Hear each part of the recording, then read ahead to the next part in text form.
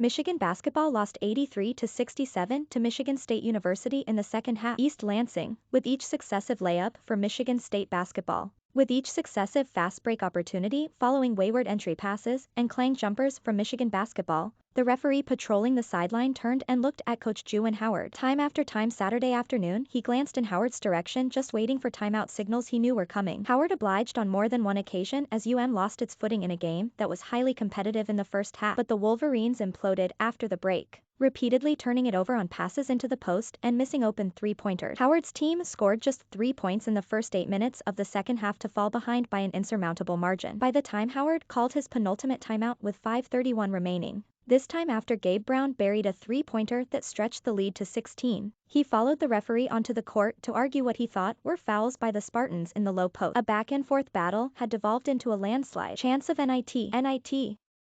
Serenaded Michigan on Saturday as MSU cruised to a 83-67 win over its archrival. The Spartans racked up 28 points in transition as they literally and metaphorically ran away from the Wolverines, capturing the game by playing at a vastly different tempo. Poor outside shooting and a flurry of second-half turnovers unzipped Howard's team to snap a 3-game winning streak. Center Hunter Dickinson scored 25 points and grabbed 6 rebounds to lead the Wolverines. Fellow big man Moussa Diabate and small forward Caleb Houstan were the only other players to reach double figures in scoring. Michigan shot 37.1% from the field and turned it over 13 times. The first half resembled an informal game of 2-on-2, with Dickinson and Diabate scoring 23 of 35 points for Michigan, while Christie and Malik combined to score 25 of 39 for Michigan State. What troubled the Wolverines was how each duo manufactured its offense, and more specifically where it originated on the floor. For every reverse layup and baseline spin from Diabate, for every methodical hook shot and free throws from Dickinson, the Spartans had answers from beyond the arc. Christie, the prized freshman for coach Tom Izzo, shot 3 of 4 from three-point range in the opening half. And Hall, who came off the bench and immediately influenced the game,